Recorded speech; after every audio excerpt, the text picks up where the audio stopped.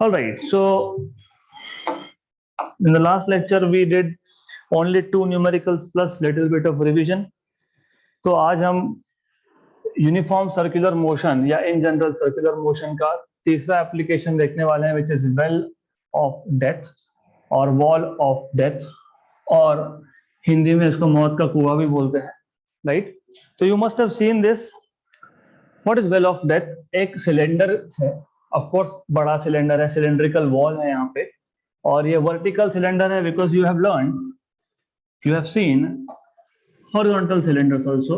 तो ये horizontal cylinder ऐसा होता है. अब ये जो मौत का कुआं है, it is in fact it's a cylinder, but सिर्फ इसको रोटेट किया है, so it is just in vertical position, so it is like this more और less. Pardon me for my drawing, छोड़ दो उसको, but this is that well of death. Now the question is, आपने देखा होगा इसमें स्टंट परफॉर्म होते हुए, तो how come it is possible कि हमारे पास एक व्हीकल है, यहाँ पे एक व्हीकल है, ये जो व्हीकल है it is performing circular motion without falling. यहाँ पे जो भी व्हीकल होगा वो बिना नीचे गिरे सर्कुलर मोशन परफॉर्म कैसे कर रहा है? क्योंकि नीचे मतलब ग्रेविटी, मतलब वेट इज एक्टिंग डाउनवर्ड्स, तो वेट की वजह से या ग्रेविटी की वजह से दिस शुड फॉल डाउन, पर नहीं हो रहा है. नहीं हो रहा है तो there is some balancing force, and since this vehicle will perform circular motion along this dotted track, तो इसका मतलब ये होता है basically, what does that mean, कि यहाँ पे इस वेट को बैलेंस करने के लिए ऊपर की डायरेक्शन में एक फोर्स होगा, that is force due to static friction. Static क्यों बोल रहा हूं? व्हीकल नीचे जा रहा है क्या? नहीं. ऊपर जा रहा है क्या? नहीं. तो व्हीकल इज स्टैटिक. अगर व्हीकल स्टैटिक है मतलब स्टैटिक फ्रिक्शन है. व्हीकल नीचे नहीं जाने का मतलब ये होता है कि ऊपर की डायरेक्शन में एक बैलेंस्ड फोर्स है. व्हीकल ऊपर नहीं जाने का मतलब ये होता है कि नीचे की डायरेक्शन में बैलेंस फोर्स है. एंड ऑब्वियसली जब आप वेल ऑफ डेप्थ की बात करते हो, मौत के कुएं की बात करते हो, तो हमारा एक्सपेक्टेशन ये होता है कि नीचे क्यों नहीं गिर रहा, ऊपर तो छोड़ दो, gravity is downwards, gravity downwards, नीचे नहीं गिर रहा व्हीकल, मतलब ऊपर एक बैलेंसिंग फोर्स है that comes from force of friction between tyre and the surface of wall. तो ये जो व्हीकल है ये किसी भी पॉइंट पे होगा, let us say at point A or at point B or at any other point. There are 3 forces acting on this vehicle. So forces acting on the vehicle are, कौन सा? पहला first force weight vertically downwards mg. दूसरा static friction vertically upwards.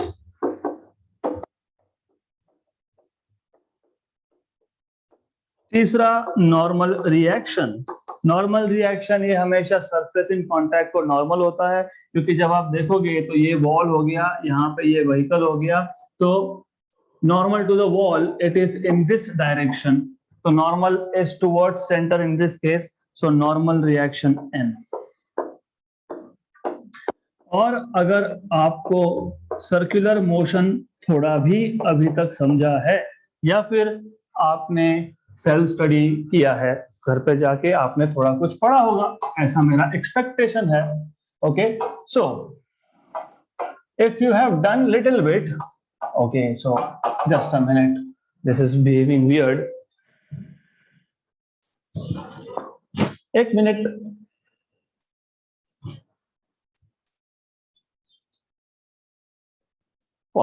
Yeah.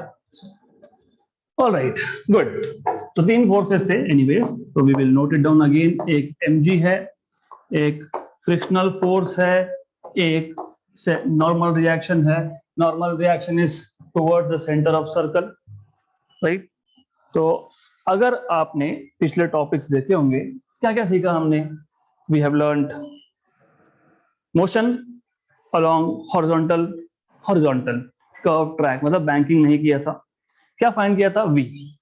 उसके बाद banking of road क्या find किया? Again v most safe speed, then v minimum, v maximum, right? तो ultimately हम कर क्या रहे हैं? हम वेलोसिटी की ही बात कर रहे हैं. What is the minimum velocity required to perform circular motion? तो यहाँ पे भी हमको वही करना है. In this case also we want to find out what is the minimum velocity required for this vehicle to perform circular motion. तो कैसे करेंगे? Of course from diagram what you can see is frictional force Fs is balanced by weight which is mg.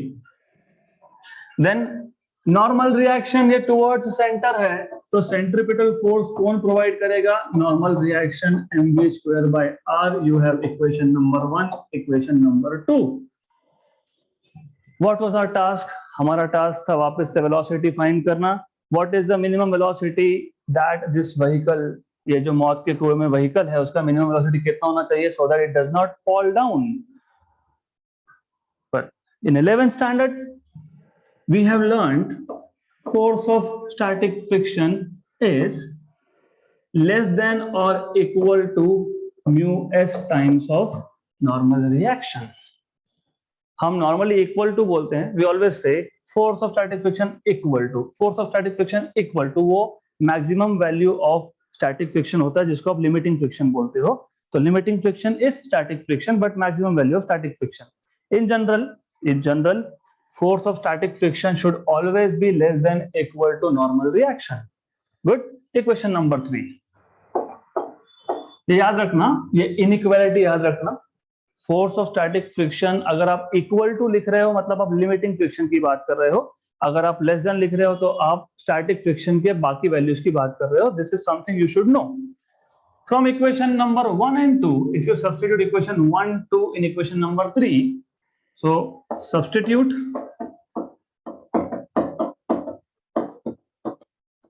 1 and 2 in 3, what you will have is mg less than equal to mu s mv square by r.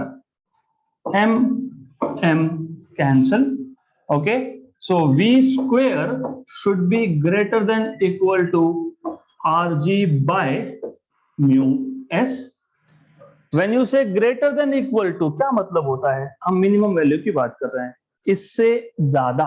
Okay, सो ये आपको देगा velocity v greater than equal to under root of rg by mu s. इसका मतलब ये होता है कि अगर इस व्हीकल को safely horizontal circular motion perform करना है तो उसका मिनिमम वेलोसिटी v मिनिमम होना चाहिए under root of rg by mu s. Okay, simple. हम मिनिमम की बात कर रहे थे, मिनिमम का इक्वेशन भी हमने डिराइव कर लिया. तो व्हाट वाज सो डिफिकल्ट? मतलब सर्कुलर मोशन में what you have seen so far, हम कर क्या रहे हैं? All we are doing is forces के कंपोनेंट. किसने mg को बैलेंस किया? Normal reaction. कहाँ गया? सेंट्रीपिटल किसने प्रोवाइड किया? Centripetal force. तो सारे टॉपिक्स में यही करना है और आगे भी यही करना है because we still have to do few more topics on circular motion. So extremely simple case, at any instant of time vehicle was somewhere at point A in this well or wall of death. So we are learning third application which is well of or wall of death. मौत का कुआं in Hindi. Okay, so at any instant of time जब भी हमने देखा three forces mg downwards. mg को balance करने के लिए एक फोर्स चाहिए, वो स्टैटिक फ्रिक्शन से आता है. अगर स्टैटिक फ्रिक्शन नहीं होगा तो व्हीकल नीचे की तरफ गिरेगा. तो स्टैटिक फ्रिक्शन हमेशा मोशन के अपोजिट डायरेक्शन में होता है. तो mg डाउनवर्ड्स मतलब व्हीकल पे mg डोमिनेट अगर करता तो व्हीकल नीचे आता, लेकिन फ्रिक्शन ने बचा लिया उसको.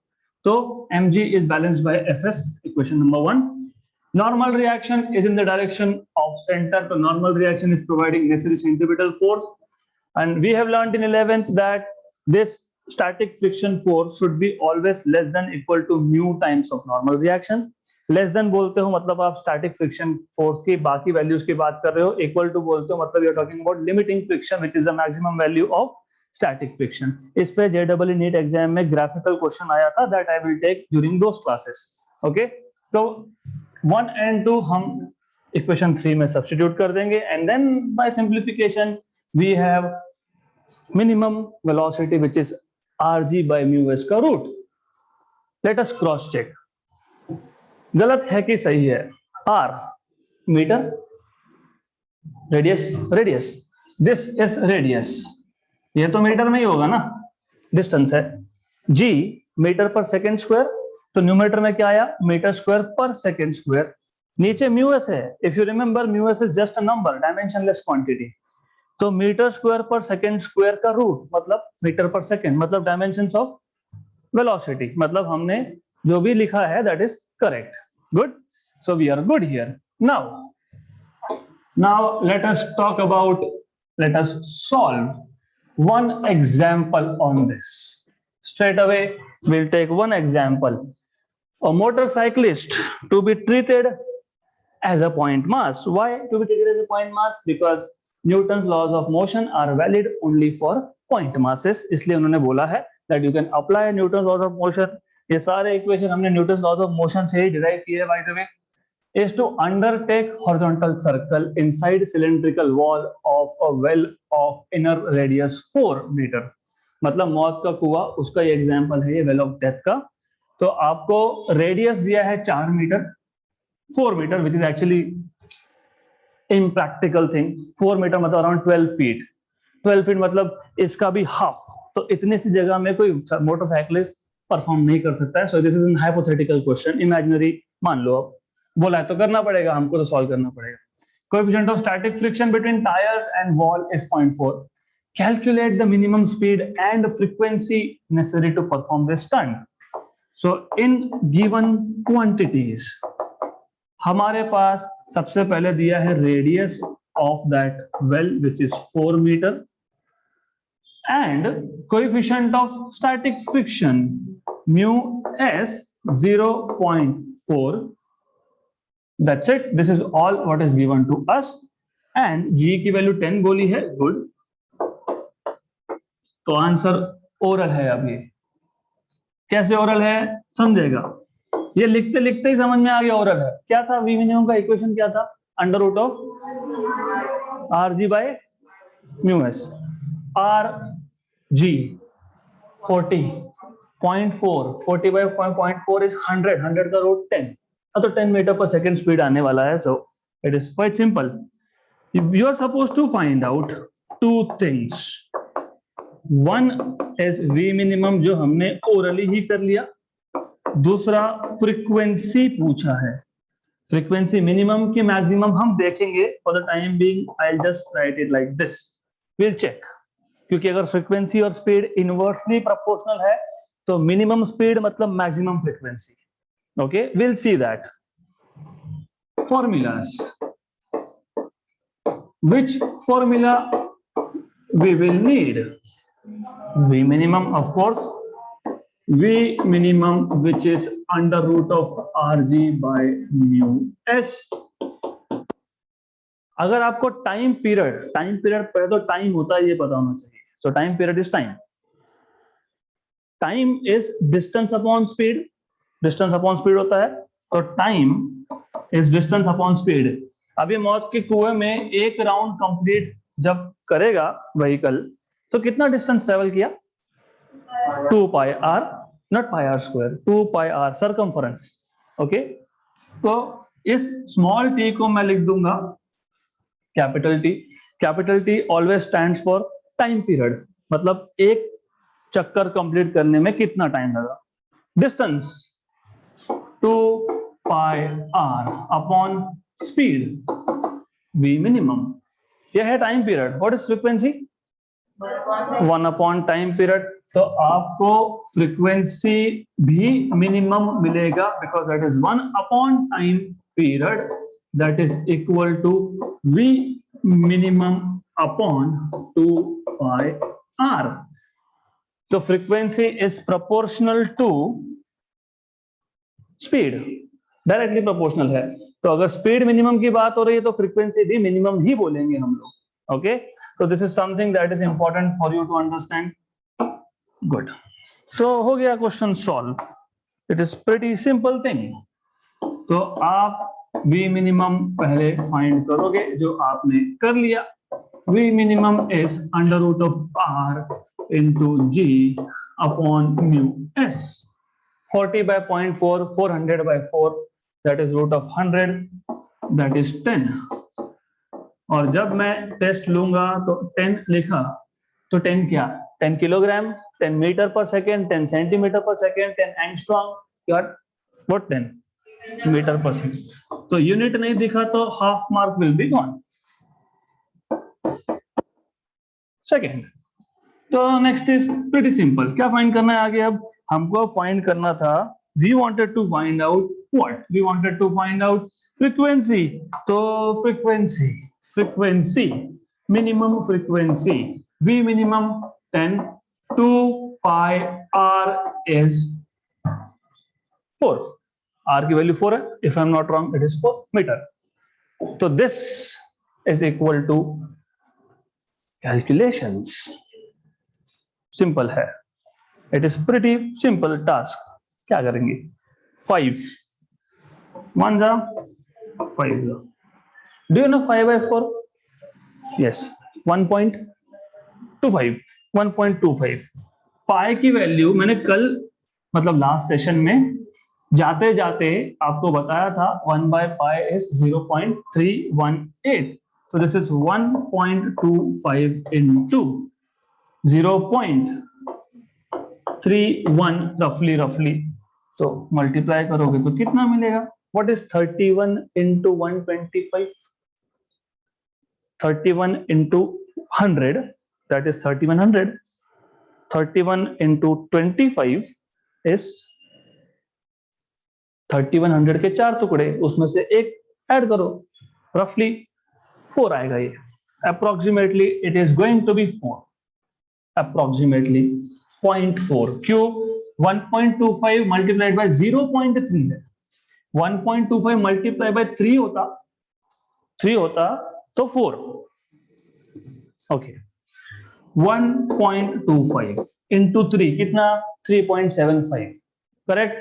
यहाँ पे आगे और एक 1 है, कितना? रफली 4, राइट। लेकिन आपने 1.25 को 0.3 से मल्टीप्लाई किया है, 3 से नहीं, राइट। तो 1.25 इंटू 0.3 इज रफली 0.4। तो आंसर आपको मिलने वाला है 0.4। Good, but then I want to know 0.4 क्या? What 0.4? 0.4 what units? Frequency 1 upon time, 1 upon second, that is hertz. तो फिलहाल 1 अपॉन सेकेंड लिखो, तो 1 by second, second inverse, correct. बहुत सिंपल था। वर्ड ऑफ क्वेश्चन, कैलकुलेशंस हर एक का करने का तरीका अलग होता है। मेरे मेथड से आपको आएगा ही या आपके मेथड से मुझे आएगा ही, ये इस विथ नो गारंटी। तो आप जैसा चाहो वैसा करो। All I want you is to increase your speed, that's it. तो द क्वेश्चन वाज सिंपल, बहुत सिंपल क्वेश्चन है। 2 formulas, done, you are done। Okay, so I will give you time to note this down later for today, because we want to discuss a very important application of circular motion, conical pendulum। conical pendulum से पहले pendulum क्या होता है ये पता होना चाहिए, और पेंडुलम से पहले आइडियल पेंडुलम क्या होता है ये पता होना चाहिए। Okay, so you should know what is difference between ideal and practical simple pendulum। okay, तो जब आप बुक्स में देखोगे तो 2 चीजें दिखती है, even in gases, ideal gas, practical gas। ideal pendulum, practical pendulum। ideal pendulum मतलब you have a string, conditions are there of course।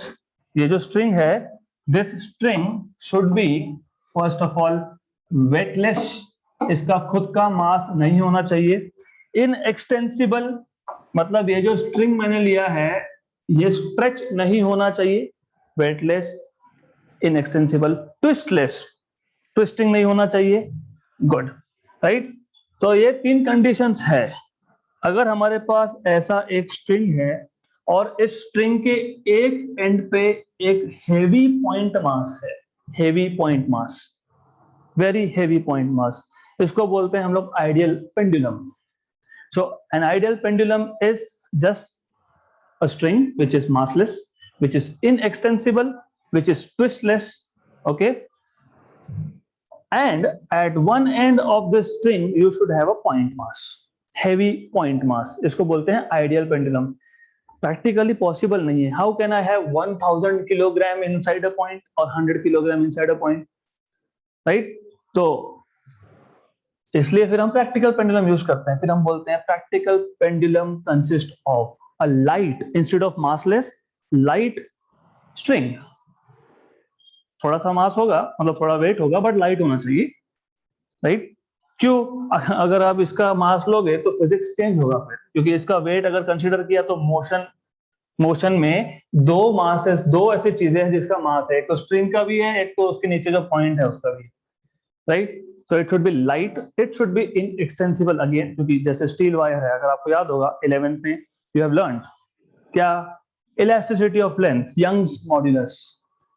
फिर आपने ये भी सीखा था tensile stress, tensile strain. If the applied force produces change in length, then force per unit area is called as tensile stress. Change in length upon length is called as tensile strain. Tensile stress upon tensile strain is called as Young's modulus या फिर modulus of elasticity of length। मतलब elasticity of length क्या बताता था हमको? elasticity of length की जो value थी, मतलब Young's modulus की जो वैल्यू थी, Young's modulus को ही आप बोलते हो elasticity of length। उसकी जो वैल्यू आती है स्टील के लिए आती है 2 × 10⁻11। What does that tell you? वो वैल्यू आपको ये बताता है कि चेंज इन लेंथ को रेजिस्टेंस कितना है, how much resistance is there if I apply a load force.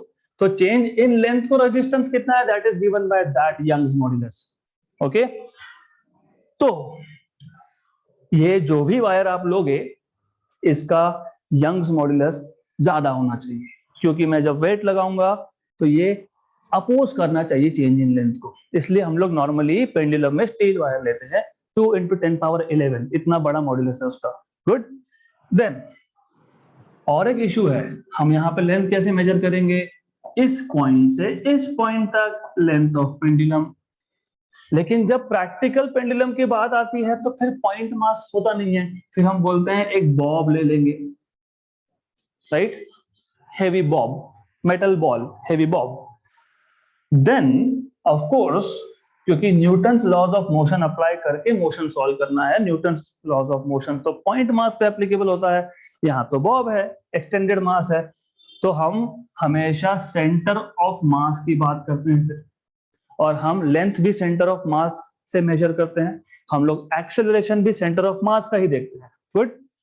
So this is practical pendulum. So practical pendulum consist of a light, massless तो हो नहीं सकता, light inextensible string consisting of a heavy bob at the other end of the string, and the length is measured from the center of mass to the end of the string, right। अब तो ये जो हमारे पास है, this is simple pendulum.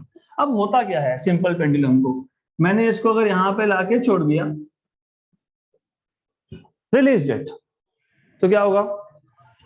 It starts performing oscillatory motion. Good, right? तो ये circular motion तो है नहीं अब।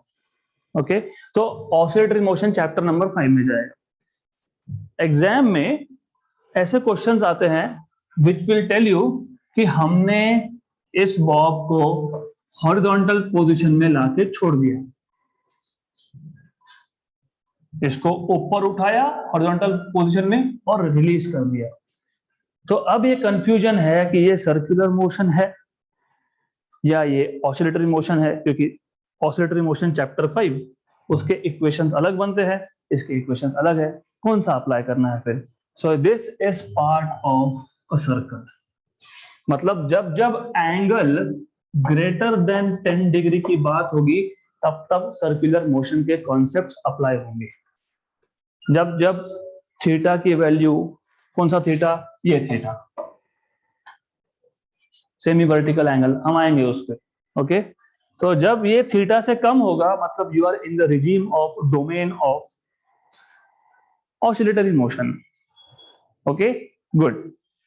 अब कोनिकल पेंडुलम मतलब क्या? कोनिकल पेंडुलम मतलब हमारे पास एक स्ट्रिंग है, मतलब बेसिकली एक प्रैक्टिकल पेंडुलम है, उस पे नीचे एक बॉब है। इस पेंडुलम को मैंने डिस्प्लेस किया, डिस्प्लेस करने के बाद मैंने इसको रिलीज नहीं किया, क्योंकि रिलीज करता तो वो ऑसिलेशन परफॉर्म करता। हम कौन सा टॉपिक पढ़ रहे हैं? Circular motion. हम ज्यादा ऊपर भी लेके नहीं गए, हमने स्मॉल एंगल थीटा पे डिस्प्लेस किया है, ऊपर भी नहीं ले गए मतलब सर्कुलर मोशन तो स्टार्ट ही नहीं हुआ।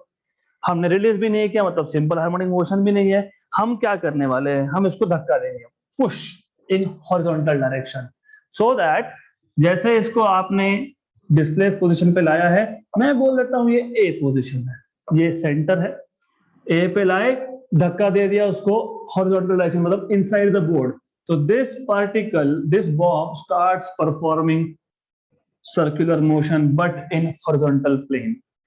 ये था पेंडुलम मोशन, राइट। ये इसको यहां पे लाए और हॉरिजॉन्टल पुश कर दिया, तो it is performing circular motion, right. So conical pendulum is a simple pendulum with a bob attached to the end of a string of length L and axial height, क्योंकि ये axis है, h. But this pendulum is given such a velocity in horizontal direction so that ये जो Bob है ये horizontal circular motion perform कर रहा है, और ये जो रस्सी है, स्ट्रिंग है, क्या बनाएगा? आइसक्रीम खाए हो कभी? कोन, राइट। तो जब ये बॉब सर्कुलर मोशन परफॉर्म कर रहा है तो जो स्ट्रिंग है, that string is making a cone, right, good. ये जो एंगल बना इसको बोलते हैं सेमी वर्टिकल। क्यों सेमी वर्टिकल? पूरा एंगल लूंगा तो वर्टिकल, आधा लिया तो सेमी वर्टिकल, राइट। एग्जाम में लिखना कैसे, पहले बता देना ये कोनिकल पेंडुलम होता क्या है। क्या है ये? Conical pendulum is a simple pendulum which is given velocity in horizontal direction so that the bob performs horizontal circular motion. तो इंट्रोडक्शन तो हो गया इसका। Then this is important now, जो मैं बता रहा हूं अगर आप वैसा सीख लोगे तो माय गारंटी घर पे जाके फिजिक्स पढ़ने की जरूरत ही नहीं है आपको। हमने क्या किया, सबसे पहले कोनिकल पेंडुलम क्या है वो डिफाइन कर दिया, उसके बाद अभी ये रस्सी कहीं तो बांधी होगी ना, हवा में तो लटक के रहेगा नहीं, तो ये ऊपर एक हमने रिजिड सपोर्ट लगाया होगा, ओके। मान लो ये रिजिड सपोर्ट है एस, फिर आप चालू करना यहां से बताना कि हमने यहां पे क्या क्या कंसीडर किया है। Let S is the rigid support, क्योंकि इस रिजिड सपोर्ट पे ही हमने उस पेंडुलम को टाई करके रखा था। इस पॉइंट को पी बोल देता हूं मैं, बाद में काम में आएगा। P is point of extension, जहां से रस्सी को बांधा है। उसके बाद क्या था? उसके बाद थीटा था। थीटा क्या था? सेमी वर्टिकल एंगल,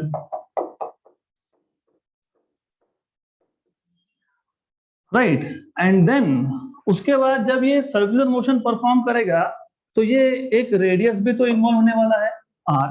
तो R be the radius of circular motion, horizontal circular motion, good. Then h is axial height। मैं axial height इसलिए बोलता हूं क्योंकि फिर जब a पोजीशन पे है तो मैं उसको h नहीं बोल सकता, that is not height।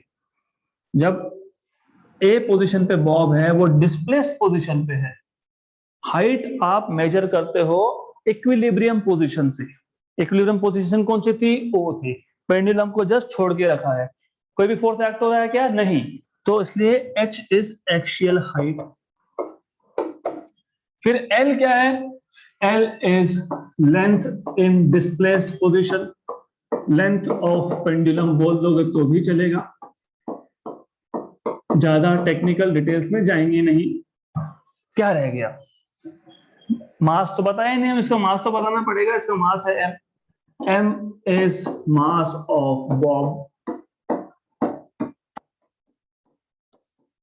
Good.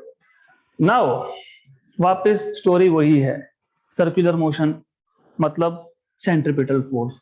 मतलब सेंट्रीपिटल फोर्स कौन प्रोवाइड कर रहा है, वही ढूंढना है हमको। पहले तो ये देखो कौन कौन से फोर्स है, आपको ये पता होना चाहिए। अगर आप एक रस्सी को स्ट्रेच करते हो तो रस्सी में, स्ट्रिंग में एक फोर्स डेवलप होता है जिसको आप बोलते हो टेंशन। एग्जाम्पल है टेंशन नहीं, ये फोर्स है। फोर्स मतलब न्यूटन वाला mg, या फिर which has dimensions of m1 l1 t-2। Okay, तो there is a tension and tension is always towards point of extension. मैं a पॉइंट से देख रहा हूं तो मुझे क्या दिख रहा है? रस्सी कहां बांधा हुआ है? p पॉइंट पे। तो tension is always towards point of extension. ऊपर से देखोगे तो नीचे दिखेगा, तो ऊपर से देखोगे तो आप बोलोगे यहाँ पे है, towards point A. Good, right. Then मेरा काम कहाँ हुआ? और पता लग गया ये mg है, वेट mg इज डाउनवर्ड्स। हाँ, लेकिन फिर सेंटर की तरफ तो कोई फोर्स ही नहीं है। तो जब सेंटर की तरफ फोर्स नहीं होता है तो जो भी फोर्सेस है उसके कंपोनेंट करने पड़ते हैं। तो कंपोनेंट कैसे करेंगे? ये लाइन ऐसा ऊपर ड्रॉ कर लेंगे, फिर बोलेंगे अच्छा ये एंगल थीटा था तो ये भी एंगल थीटा ही होगा, क्योंकि स्कूल में सीखा है हमने ये, राइट? यस। फिर ये होगा t cos थीटा और यहां पे t sin थीटा। फिर आप बोलोगे forces acting on the Bob at any instant of time, या फिर when it is at point A।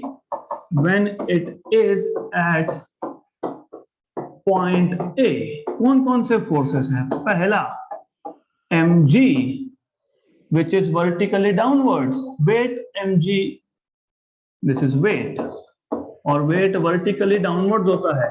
मैं यहां नहीं लिख रहा हूं, लेकिन नोट्स में मैं हर एक चीज अच्छे से लिख के देने वाला हूं। तो दिस इज क्लासरूम, तो क्लासरूम में सब लिख नहीं सकते, तो you have to understand mg is downwards. दूसरा है टेंशन T।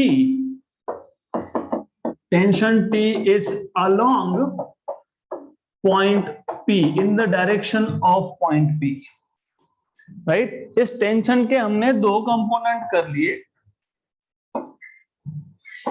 एक है T cos, एक है T sin theta. T cos theta क्या कर रहा है? वो वेट को बैलेंस कर रहा है।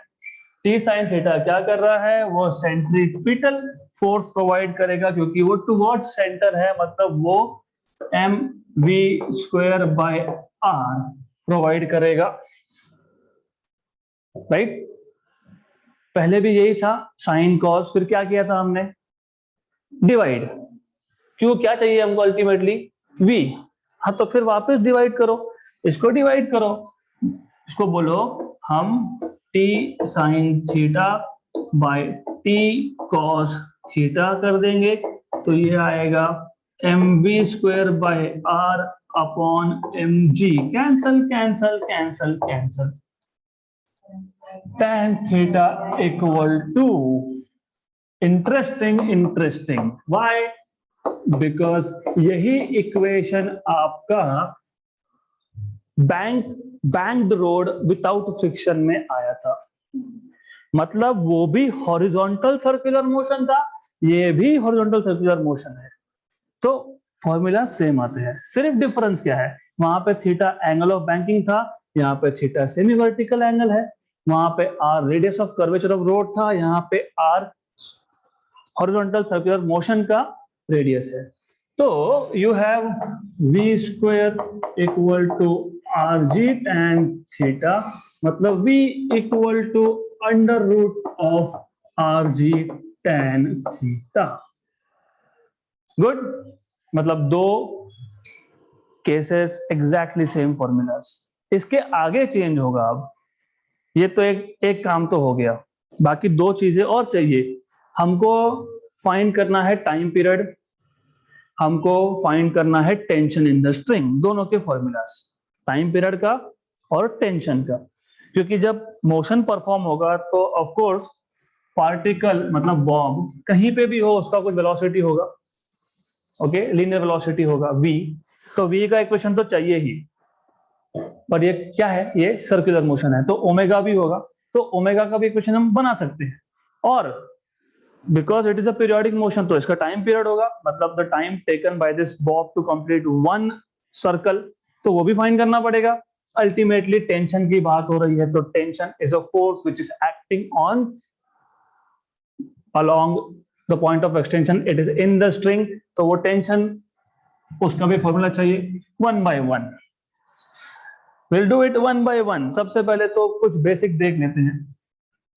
What we want to find out is time period. So let us look at time period. How do you find out time period? इसको मैं T डैश बोलने वाला हूं, क्योंकि वो जो T था वो टेंशन था, वो फोर्स था, ये टाइम है। ये हमको T डैश फाइंड करना है। So I want to find out what is T dash. Tension नहीं, टाइम पीरियड। कैसे टाइम पीरियड फाइंड किया था पिछले टॉपिक में?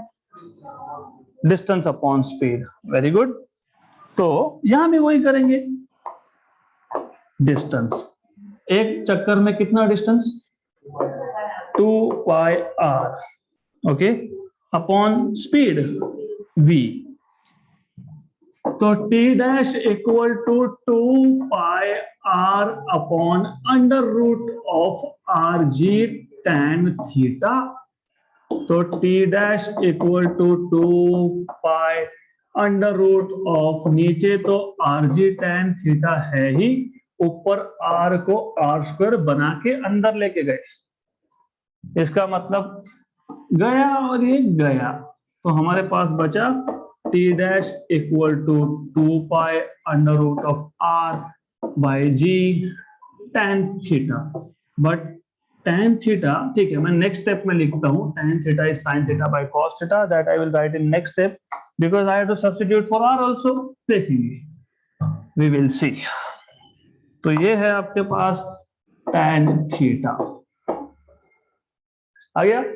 अब this is not what I was looking for. मुझे देखो, बात ऐसी है, हमको इक्वेशन ऐसे चाहिए होते हैं, ऐसे मतलब कैसे?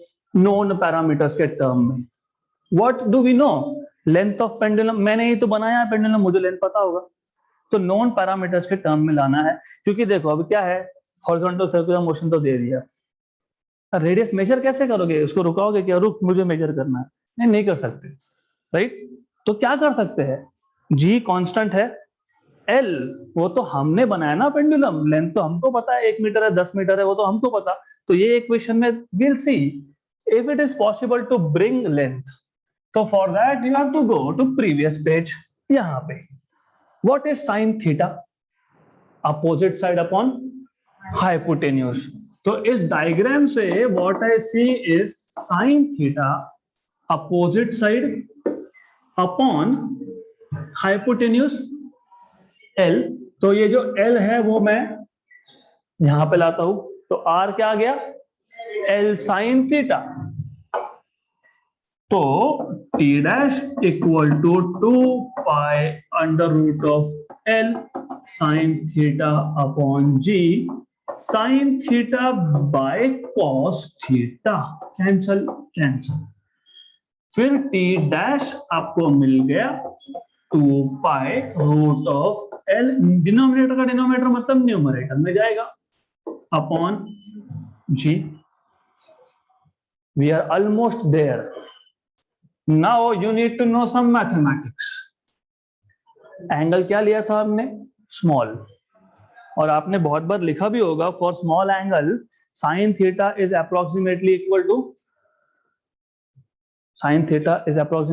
To theta for small angle, for small angle cos theta is approximately equal to, नहीं, दैट इज 1 क्यों, ये तो चीज है ना, basic things you need all this in competitive exam. देखो ऐसा है, आपको ये पता होना चाहिए, ऑफ कोर्स 12th में नहीं तो नहीं, 11th में मैथ्स तो सबका होगा ऑफ कोर्स, ओके।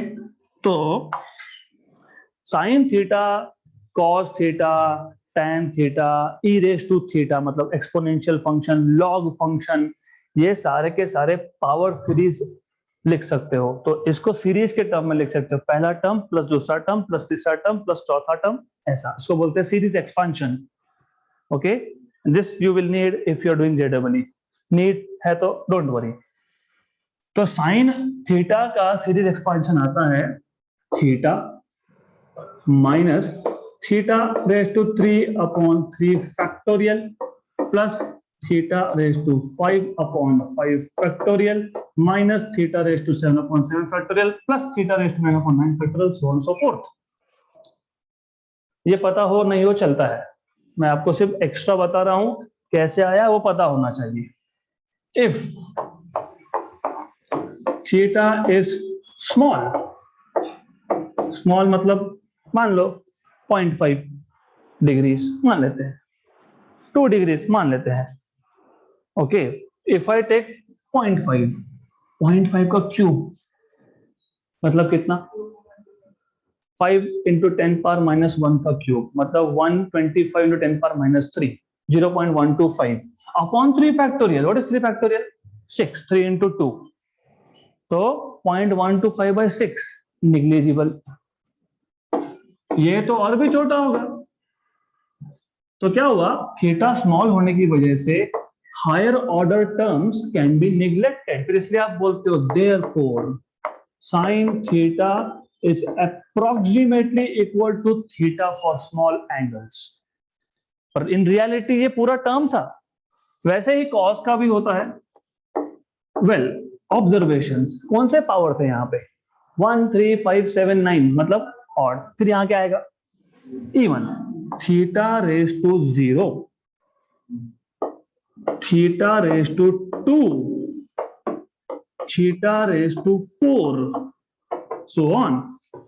वापस से वही स्टोरी, अगर थीटा स्मॉल है तो higher order terms can be neglected, तो cos theta is approximately equal to theta raise to 0, but anything raise to 0 is 1, 1 raise to 0 is 1, 20 raise to 0 is also 1, तो 1, right, good. तो ये सिर्फ आपकी information के लिए, okay. We do not want to put this inside our notes. We do not need it. तो सिर्फ हमारे पास ये जो इक्वेशन बना है टाइम पीरियड का, this can be written as, it can be written as 2 pi root of L by G, since cos theta is approximately 1 because angle small था, right, correct. अभी मैंने बताया पेंडुलम हमने बनाया था ना, तो लेंथ तो पता है, जी तो आप अर्थ पे हो तो कांस्टेंट है, ये अलग बात है, अगर आप मून पे लेके जा रहे हो तो फिर प्रॉब्लम है क्योंकि जी की वैल्यू चेंज होगी। Well just a cross check, metre नीचे मीटर पर second square, metre metre cancel, second square denominator के डिनोमिनेटर में था, ऊपर आ गया, मतलब रूट ऑफ सेकेंड स्क्वायर मतलब सेकेंड, टाइम पीरियड था क्या, यस, तो हमारा इक्वेशन करेक्ट है विदाउट एनी प्रॉब्लम। वी मिल गया, टाइम पीरियड मिल गया। थोड़ा टेंशन का भी देख लेते हैं, अब अभी टेंशन का देखते हैं, तो टेंशन की टेंशन लेंगे। अब what do we want to have is, we want to find out, हमको ये टेंशन का इक्वेशन चाहिए, टेंशन का इक्वेशन चाहिए। It is not given in your books, पर न्यूमेरिकल्स में है तो बनाना पड़ेगा ना equation. What do you notice, क्या है यहाँ पे, टी कॉस, वहां पे क्या है 2 हफ्ते पहले हमने एक बेसिक ट्रिग्नोमेट्री का सेशन रखा था, इस संडे को डेरिवेटिव्स पे आएंगे। बट एनीवेज बेसिक ट्रिग्नोमेट्री में एक बेसिक ट्रिग्नोमेट्रिक आइडेंटिटी सीखा था आपने, sine square theta plus equal to 1।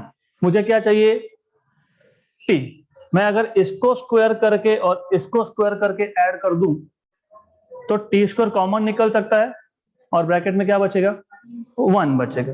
तो ये याद रखो, T cos theta m g T sine theta m v square by R. तो हम क्या करेंगे, हम बोलेंगे ठीक है वो 2 इक्वेशंस को स्क्वायर एंड ऐड करो।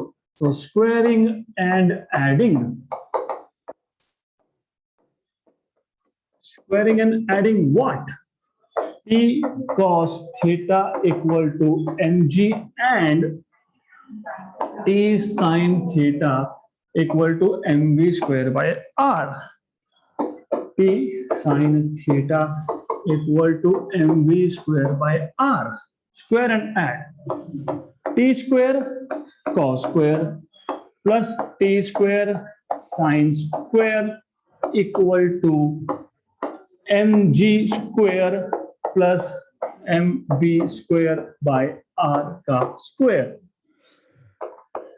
t square common, cos square theta plus sine square theta equal to, ये तो प्रॉब्लम हो गया, मुझे सिंप्लीफाई करना है। तो सिंप्लीफाई कैसे करते हैं?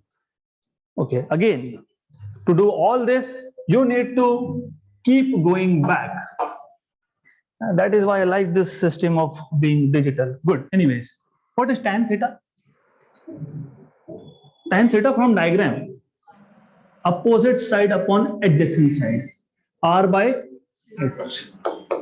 Tan theta is r by h. याद रखना। और एक tan theta देखा आपने, मैं कहता हूं कहां पे, ये यहां पे क्या था, v square by R g. अब इन दोनों का यूज करेंगे। बट तो what I will do is,